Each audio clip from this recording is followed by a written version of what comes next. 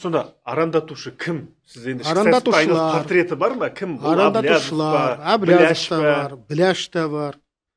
Олар әлі өзінің сазайын алады. Ерте ме кеш пе Мұхтарды да шығарып аламыз, отырғызамыз. 2009-да бері Енді Назарбаевтың да қолынан келмеді. әділеттің, шындықтың құйрығы дейтін әңгімені білесіз ғой.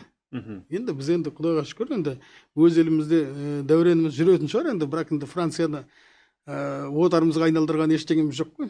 Немесе ақшты бағындырған ештеңеміз жоқ. Европаға бір мұнай келісім шартын берсең, Әблязовты желкелеп өз қолымен әкеп бермей ме? Мүмкін. Сол үшін француздарға атом станциясын салдырайық. Түптөгенімен ұстап алып келеді керек болса. Өздері әкеп береді. Иә.